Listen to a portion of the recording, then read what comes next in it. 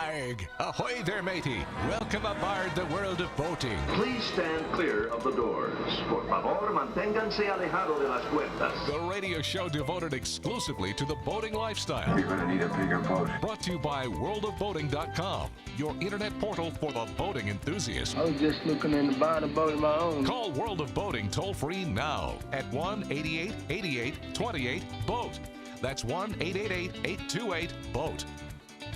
And welcome. This is the World of Boating. Greg, your first mate, Captain Patrick Barry, the boater, rounding out the crew as we navigate the latest boating news and information.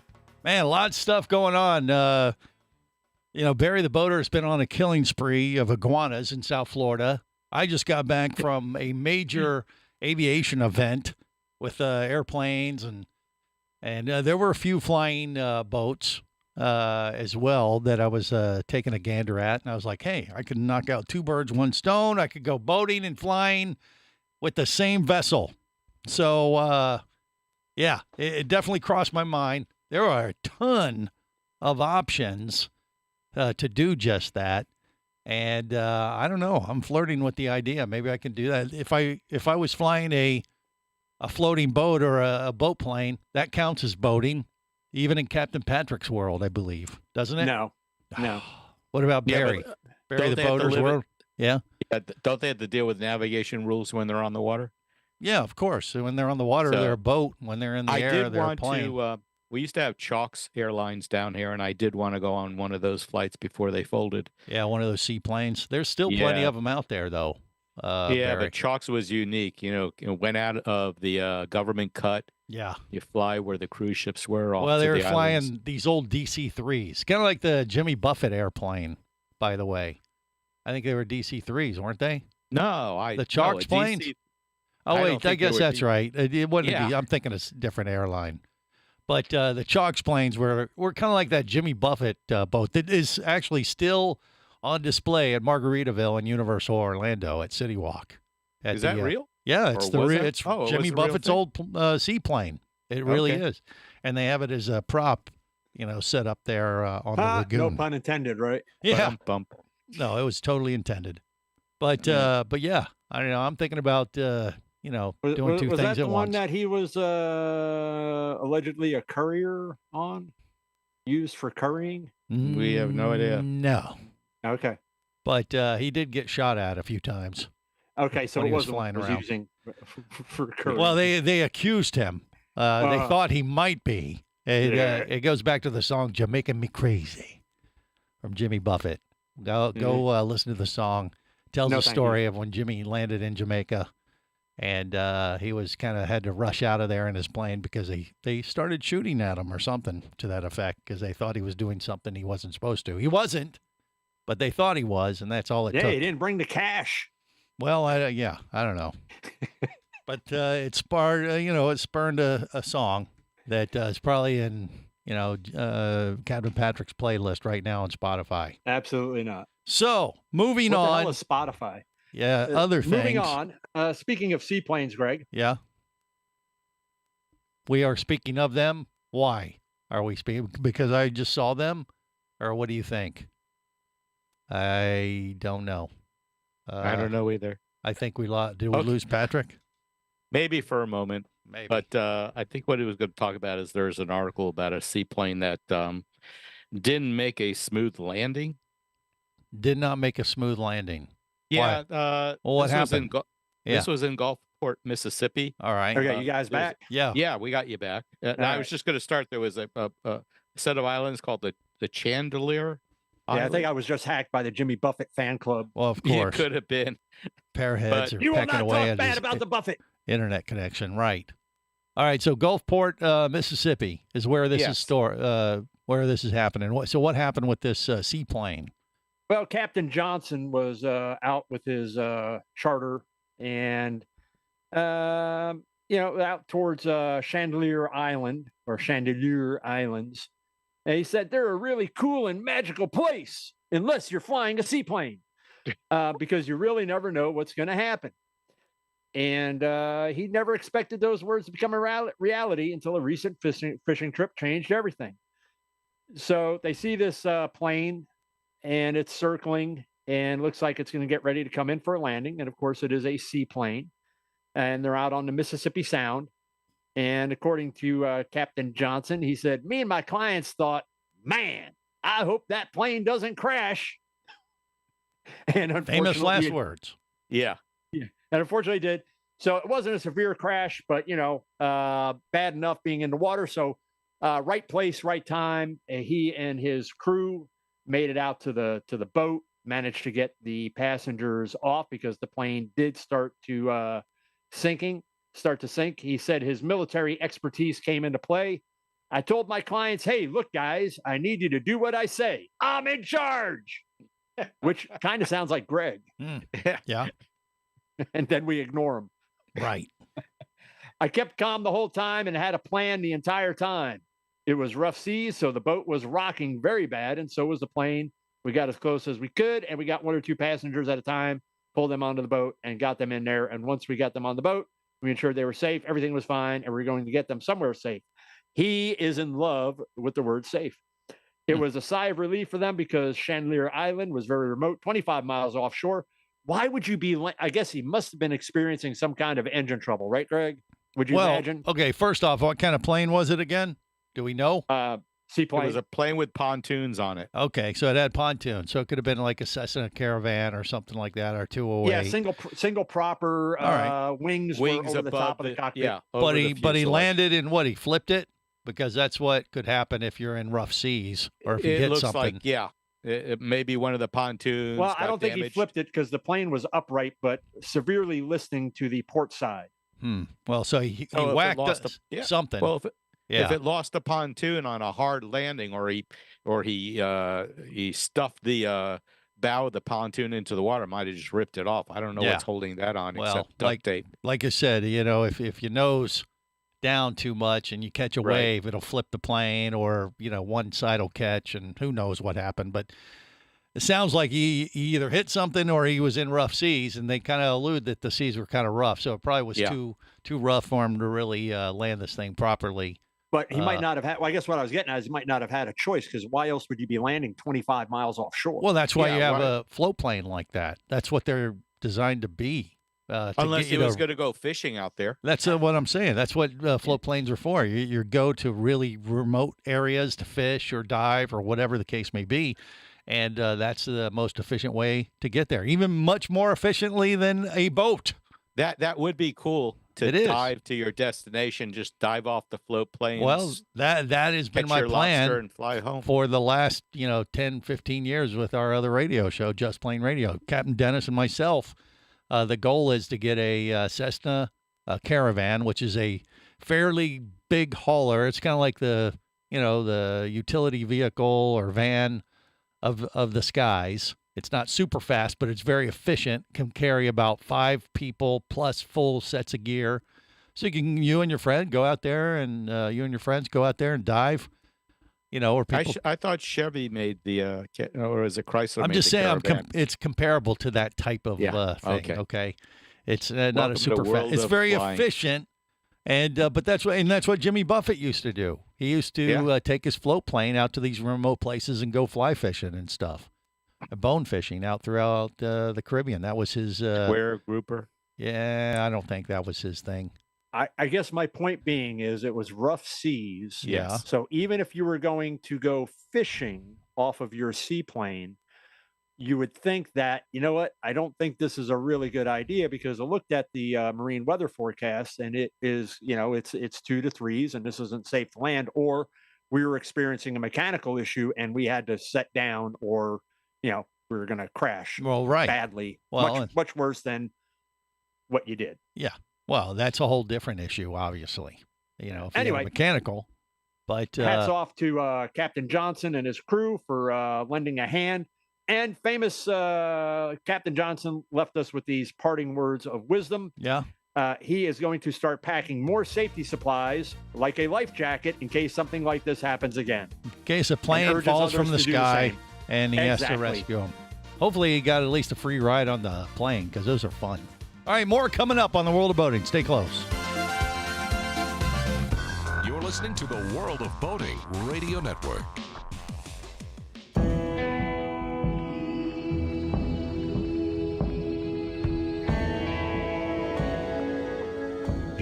explorer in the other 2/3 of your world.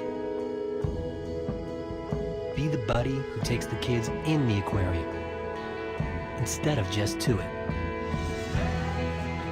Be adventurous. Be amazed. Be a diver. Even Keatley wasn't ready for me, or anything that followed. Chased by a police department, led by his ex-girlfriend, and hunted by brain fork-wielding Fijian assassins, it's everything he can do to keep from getting locked up, killed, or worse. Kava Screw is available as an ebook for $2.99 at Amazon.com. Kava Screw. Put a brain fork in him. He's done. Hosting a radio show about scuba diving and boating is one of the best gigs on the planet. It's actually part of my job to check out and report on cool new products I personally use to enhance my diving and boating adventures. However, I do believe in sharing the joy, and this is why we've added Nanook protective hard cases to our list of products you can now purchase on the merchandise page at scubaradio.com. Nanook cases are designed to protect the most sensitive equipment in the harshest environments. Underwater photographers, listen up. From their high-impact NK7 resin to their exclusive Power Claw latches, Nanook has raised the bar for those of you that demand the best protection for your gear. Plus, Nanook protective cases cost less than similar products currently on the market. The company has been around for over 15 years, but it's new to the U.S., so we've made a small number of Nanook cases available exclusively for you at a special introductory price on the merchandise page at scubaradio.com. Go there now and check out Nanook, the evolution of protection.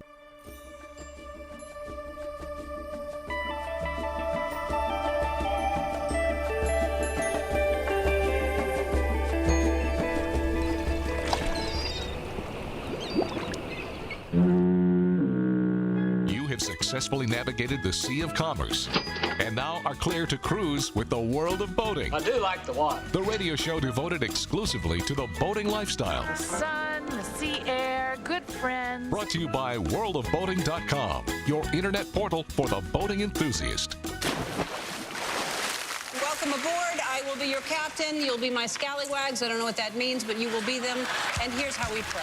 Thank you for your attention and welcome aboard. Let's go. This is the World of Boating. Greg, your first mate, Captain Patrick Barry, the boater. All right, I was close to a boat. It also flew. I was at an air show. A lot of boat planes on display. And that is one of my bucket list things. I haven't really done it enough, but I know I would love to get in a float plane. Now, I wouldn't want to be in the float plane that Patrick was just talking about that got offshore and needed to be rescued by a boat. That kind of defeats the purpose of having a float plane. Okay. You're supposed to get the best of both worlds. It's a boat, it's a plane, but if you land... So you're going to buy an old Dodge Caravan, stick some wings on it, and a little putt-putt motor in the front, and away you go. No. Okay. You know what he needs? He needs a hovercraft. That would be kind of fun, too. Cool. That'd be that all would right. be cool. But because then you get the best of three worlds. You can drive it on land, right? Because I saw the Jackie Chan movie. You can drive it on water, and it more or less flies. Huh. And I would think when you're on water, you must not feel those waves as much either. He gets seasick pretty easy. Well, yeah, I mean, I would think it'd even out things a little bit better in the rougher seas. Yeah. You know what didn't even out better, Greg? What? A houseboat. Have you ever thought about a houseboat? A true houseboat? Yeah, actually, I have. Like one of the ones that you saw in the Tom Hanks movie, Sleepless in Seattle. You know, no, like, it's not ever going out to on the water, but it is, for all intents and purposes, a houseboat because it's a floating house. Right. Kind of like what our buddy Jerry the Diver guy, he was looking for a houseboat to get in South Florida. No. What do you mean, I was looking for a houseboat for him. He wants some kind of just a regular boat or a small yacht. Well, no, he kind of wants a houseboat that can move a little bit, but yeah, he was. Well, looking if that for were the case, he could just buy an old used barge and start, his little woodworking project and put a big old timber houseboat on. I suggested that. Like, I think that was like one of the first things I suggested like 10 years ago when he started looking. Yeah. Well, didn't you say? Well, did you find one, Captain Patrick? Yeah. Do you have one for him now or what?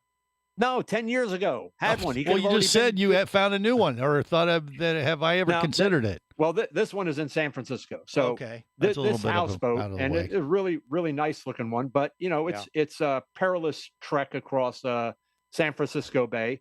The houseboat was listing quite severely to starboard or port. I guess it depends on which is the front of the house. Well, where the front door is, I would think. Yeah, but I don't know because I think that's actually the side. I'm hard to say. Anyway, so this owner was forced to move this houseboat, and there's video that shows it. It's on the World of Boating Facebook page. So if you haven't checked us out, check out worldofboating.com or like us on Facebook and check out this story and all the other ones. I promise you will not get slammed during the day with a bunch of stupid stuff. I only keep the stupid stuff to one or two stories, spaced out, so it doesn't totally bum you out. Right, and But then just shares them with Barry and me.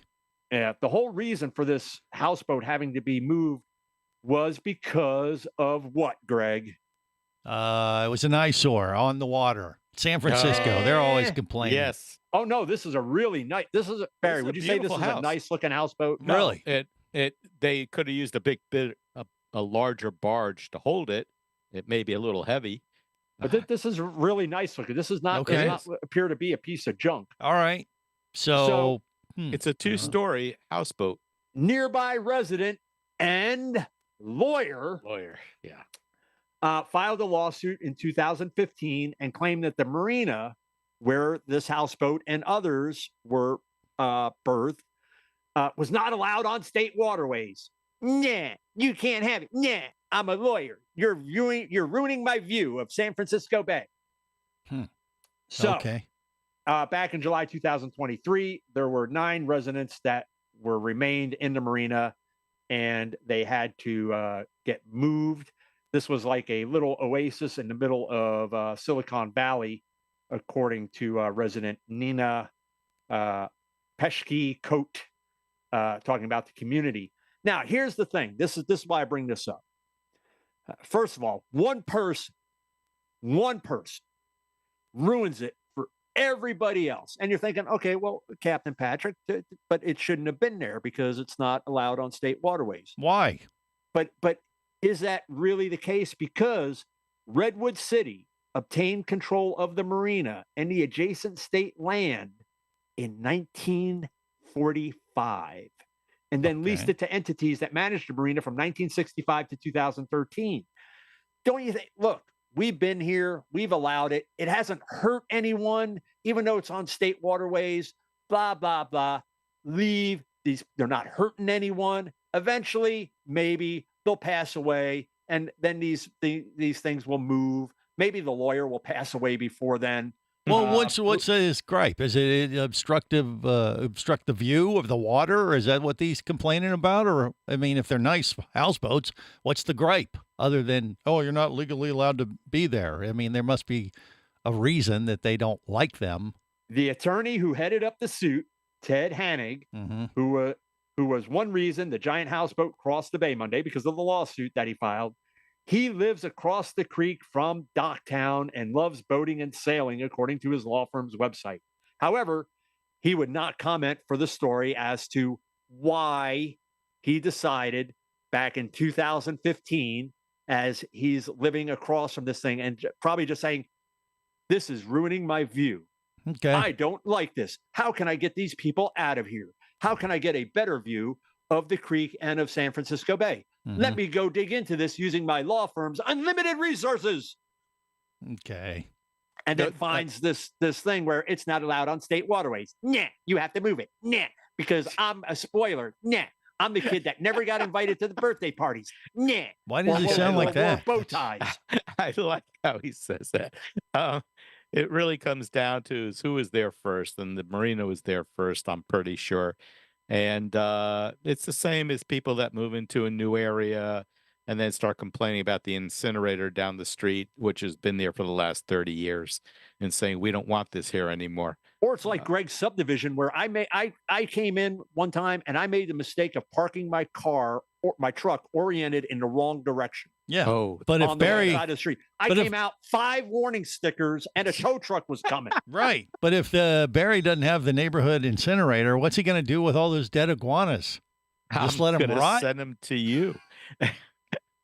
Got to burn them up. Yeah, I don't know. It just sounds like a mess. I mean, there's always, I guess, somebody can complain about anything. If that's what they want to complain, then all of a sudden your houseboat has turned into the houseboat from hell.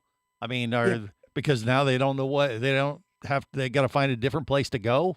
Or is he just out of luck? Because technically, it's a boat, but it's not really a boat. So now it's got to be anchored somewhere, and now it needs a permit to anchor.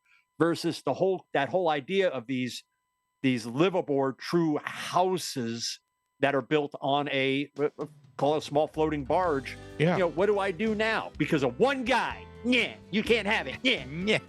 Yeah. Well, we got more Yeah. coming up on the world of boating. Yeah. Yeah. You're listening to the World of Boating Radio Network. Traffic sucks, unless you're scuba diving with Mike Scott. Mike glanced down at his dive computer. It showed less than 50 psi left in his tank. Probably just a few more breaths. Or riding shotgun in a thrilling car chase. One bullet hit the Jeep's windshield, spiderwebbing the passenger side. Mike shifted into second gear and felt the Jeep leap forward. This just got serious. Escape your commute with audiobooks from author Eric Douglas. Download to your phone. Go to booksbyeric.com or audible.com.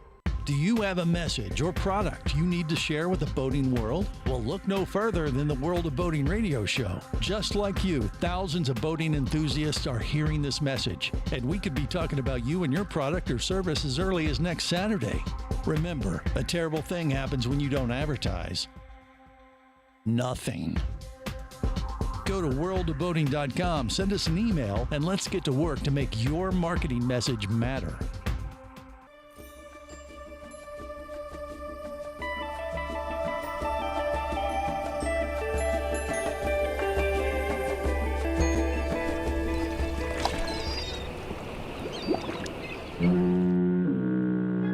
Successfully navigated the Sea of Commerce and now are clear to cruise with the World of Boating. I do like the water. The radio show devoted exclusively to the boating lifestyle. The sun, the sea air, good friends. Brought to you by worldofboating.com, your internet portal for the boating enthusiast.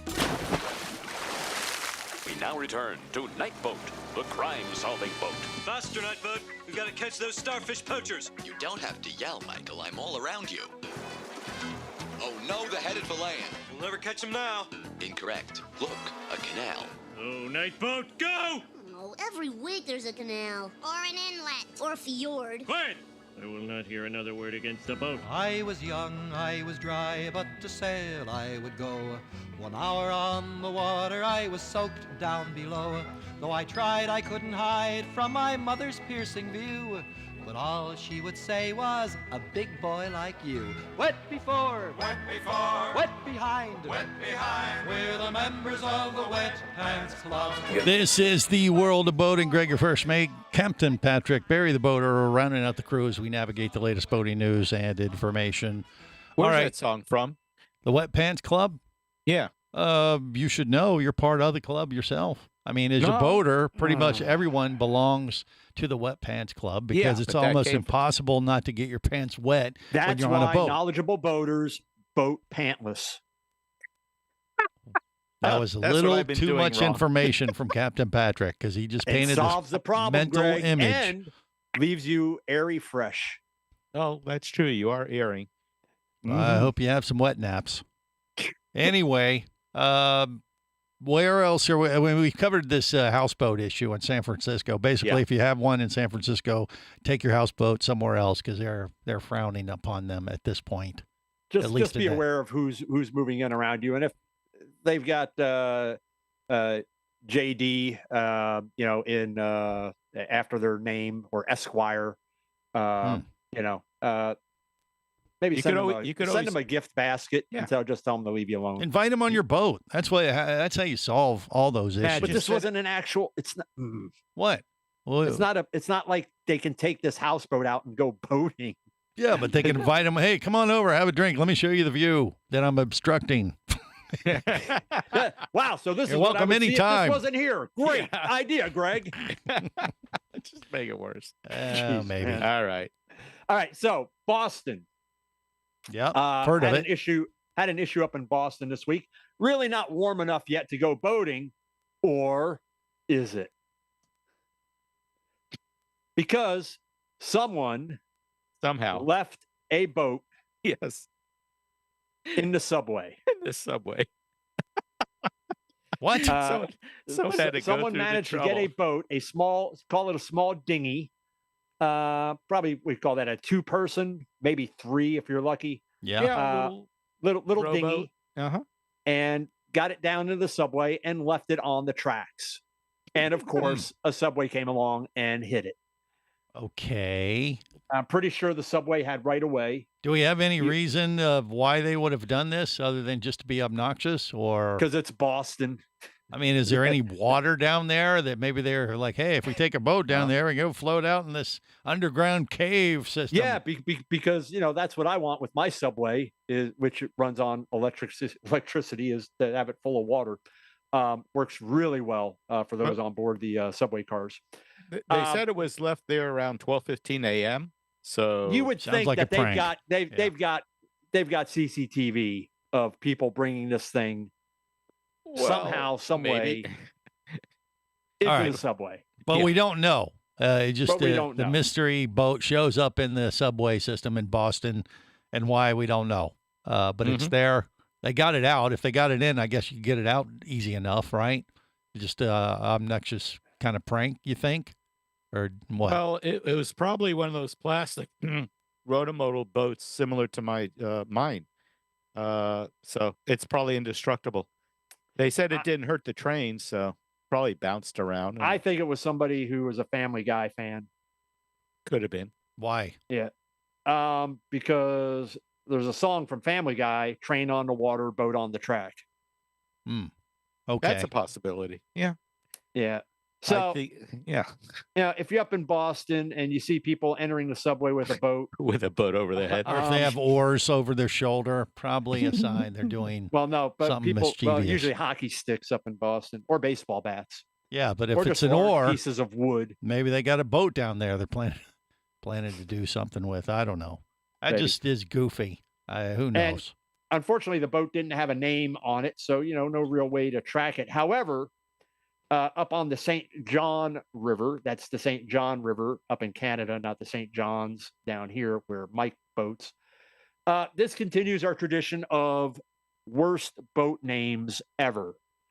So there's this really nice sailboat that was moored out on the water, and unfortunately it sank. And this was a twin master. It was really a cute looking sailboat, definitely something that you could see someone living on. Did not look to be run down or anything like that, but got caught in the ice and stuff like that. So pictures on the story show January 9th where it's floating, and then January 11th where there's about 5 feet of one mast and about 2 feet of the other mast sticking out of the water. So it went down pretty quick. However, gets us to the name of the boat and why you want to give due care in. You really need to put a lot of thought and kind of leave the emotion out of it, I think, when it comes to naming boats. The name of this boat is not a Starship. Which Okay. Not a starship like KNOT? No, NOT, not a Starship, which boggles the mind. Some Star Trek reference, I guess. No. It could have been also a reference to the ship that Tesla's owner is building. It's also called a Starship, I believe, right? I have no idea what you're talking about, Patrick or Barry. Patrick? Barry? That was, keep them straight now. That was Barry. Well, I don't know what you're talking about either. SpaceX Starship. Okay, I don't know. Maybe it could have The been a ones fan that keep of blowing up when they send them up into space or burn up in space. Okay. Here's my theory. It was a fan of Jefferson Airplane, Oh, okay, yes. and they don't like when it changed to Jefferson Starship and then just became Starship, especially with that insipid song "We Built This City," which is an earwig song. So I apologize for those of you who now have got that stuck in your head. Okay. Built this city. We built this. All right. So anyway. we have no explanation for the name. You just hate it. We have no explanation for the name. It's a stupid name. Don't name your boat with stupid names. Not a starship. Not a starship. I mean, it should have been at least KNOT, like not make some kind of nautical joke. The problem is anytime you have to hail the Coast Guard, it's just going to sound weird. You got to have a good name when you're going to hail the Coast Guard. Pon. Not a starship. Well, Not what a are you starship. then? Not a starship.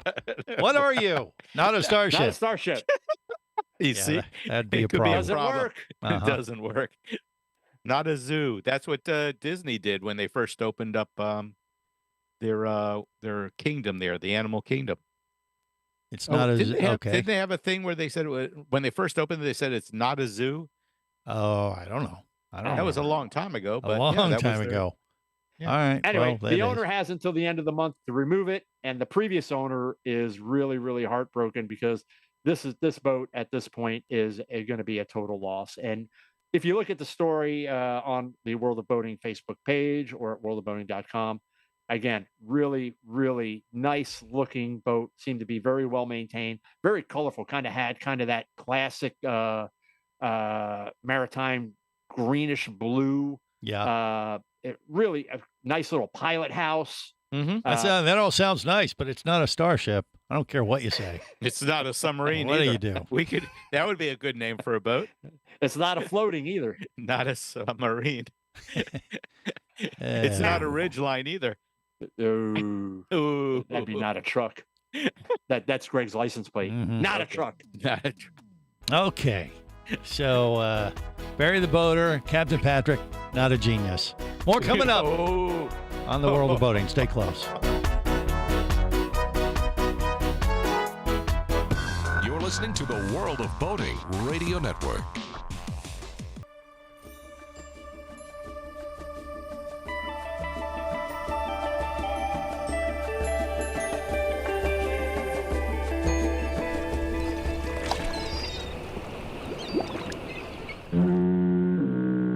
You have successfully navigated the Sea of Commerce and now are clear to cruise with the World of Boating. I do like the water. The radio show devoted exclusively to the boating lifestyle. The sun, the sea air, good friends. Brought to you by worldofboating.com, your internet portal for the boating enthusiast.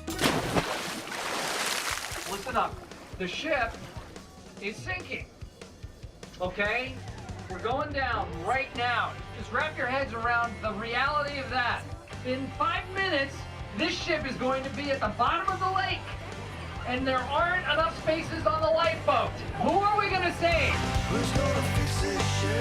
This is the World of Boating. Greg, your first mate, Captain Patrick Barry, the boater, running out the crew as we navigate the latest boating news and information, make fun of bad or poorly named boats, according to Captain Patrick. By the way, I'm getting ready to head out on quite an adventure to the Galapagos. I'm going to go live on a boat for a week. You'll hear all about it in a couple weeks.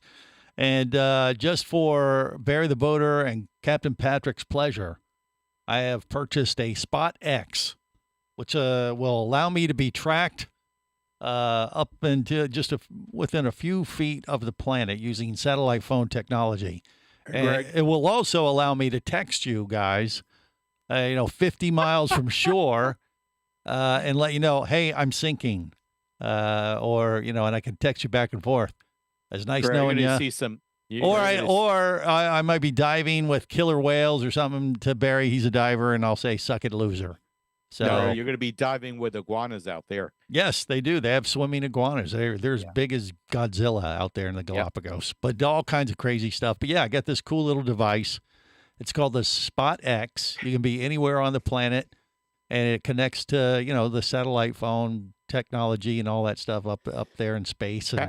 And you'll know exactly where I'm at. So if anything goes wrong, I'll at least be able to tell you it's going wrong. And you'll just sit back, home in South Florida and go, oh, well, nice knowing him. But at least I knew when he went down. Yeah, Patrick. What? When you know Bill and I put a tracker in your Starbucks coffee about 13 years ago. Yeah, that's why I knew it tastes funny. We've known exactly where you've been for the last 13. And let me tell you, some of those places you do not want them made public. Yeah. You know how they track animals? You get a pet and they inject a little tracker in it or some kind of chip. That's what they're going to do to him. Yes. Yeah. No, this is a little handheld device. It actually looks kind of like almost like a BlackBerry because it has a full keyboard on it, and it's an emergency tracker that hikers use. He loves his toys. He really does. Pilots use this device, and boaters use them too. So and it's your like, wife's going to use it too. Well, she is absolutely. And what Greg didn't see on the box was it's a suppository. Well, it's like a backup to an That's where you EPIRB. put it. Yes. Yeah, it also I'm sure it is a to backup beeper. It's a backup. Well, it is. I mean, supposedly it's more accurate as far as being able to find you. When an EPIRB goes down, sends off the locator beacon, but I don't know what is the accuracy on those. Those are pretty accurate, right? 6 feet. Is it that close? Is it that exact for an EPIRB?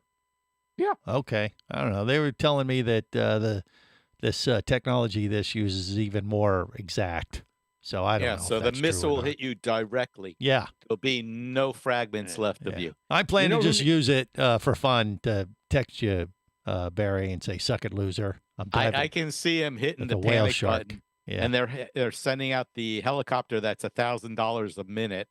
And he's going to start a GoFundMe page to pay this bill before they'll let him come back to the U.S. No, I'm just going to text you. Yeah, but you're the one. You're going to hit the wrong button on that thing. You're going to hit the panic button, the come help me button, and the whole Navy from the islands are going to come Galapagos. in. Galapagos. They're going to come in and they're going to send their search iguanas out to find your body. And you're going to be sitting on the beach. You say, "What? I hit the wrong button."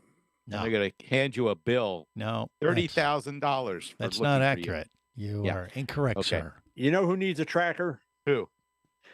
Juan Hernandez, 22. Yeah. Why? From Ecuador.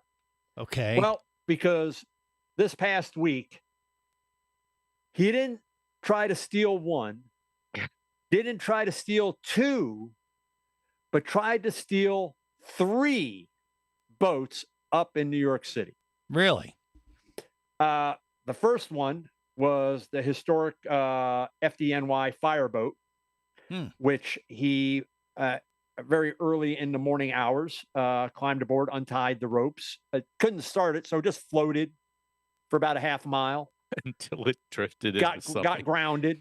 Yeah. Then he jumped off, swam, found a sailboat, untied it, floated until they basically he came alongside. They got him off the boat, arrested him, booked him, let him go because it was a nonviolent crime. So he's released without bail. And what does he do?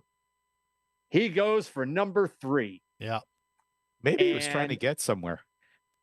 Well, he might have been looking for accommodations. Did he cross the border and end up in New York? One of those kind of things, or do we know? Immaterial to the story. So, have you ever heard the term "out of the frying pan into the fire"? Yep. So the third boat, the name is the Frying Pan. Oh my God! And they believe he was trying to board that boat because he said he was looking for his passport because he mistook it for the fireboat that he had stolen earlier. This boat also happened to be very large and red in color. Okay, so he left his passport on one of the boats he stole, and he had to go back. So he says. Yeah. I think that Mr. Hernandez either was a little bit under the influence or may have some issues that are best looked at by professionals. Well, he's living in New York, so you know he has issues. No offense to everyone who lives in New York. Now, when he went to go, Greg is when he went to go take the third boat, this restaurant worker who only goes by the name Mario because it's New York and you don't ever give your last name. He said, I was like, what the F are you doing here? I told him to go away, and he started talking S, and he ran away. Well, he went away on a boat.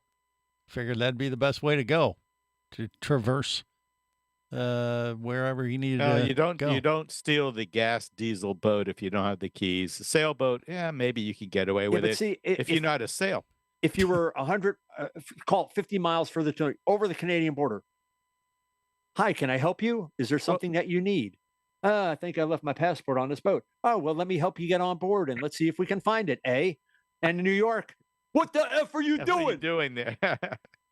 Well, that's how they say hello. To me? Yeah. Yeah. Mm-hmm.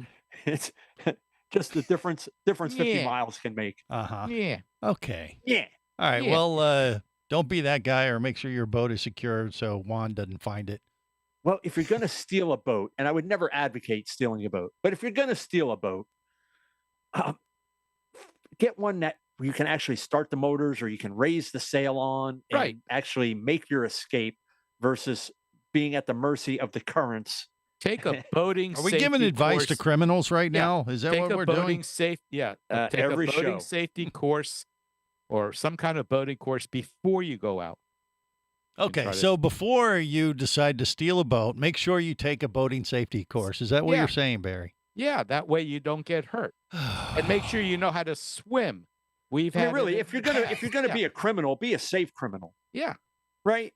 I mean, because you can always go before the judge and say, yeah, you're charged with grand theft auto, actually is what he was charged with, even though it was a boat, but I guess the same statute applies because it's a vessel.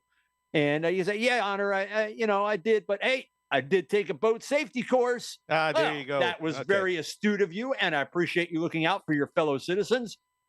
Charges dismissed. There you go. On your way, young man. Okay, I think that's how the judicial system in New York City works, actually. I mean, they're open to those type of common sense arguments. Mm-hmm. We're watching them in the news every other day. All Down right, in Florida, we just go, yeah.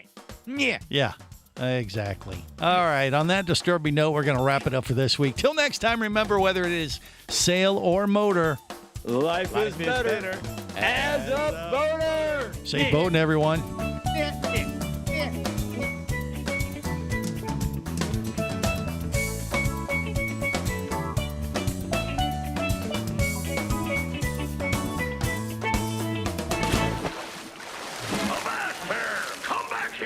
Barnacle-bitten swab. World of Boating is brought to you by worldofboating.com, your internet portal for the boating enthusiast. Any of this getting through to you, son? World of Boating is a production of Overboard Entertainment Incorporated. Computer standing by. Remember, you can listen live or to archives of past shows worldwide over the internet at worldofboating.com. Computers can do that? So tell a friend and come aboard every week for the World of Boating. This is so great. I can't wait. I'm getting goosebumps. Feel me. Feel me. The radio show devoted exclusively to the boating lifestyle. TTFN, ta-ta for now. The opinions you just heard on the World of Boating are those of the hosts, callers, and guests. They are not necessarily those of any station or network, its management, or advertisers. What are you being such a weenie for? While on the water, your safety and the safety of many others depends on you. So boat smart and operate your vessel only after receiving the proper training and instruction for your area. There is a fine line between genius and madness. Have any questions or comments? Feel free to do so via the web at worldofboating.com.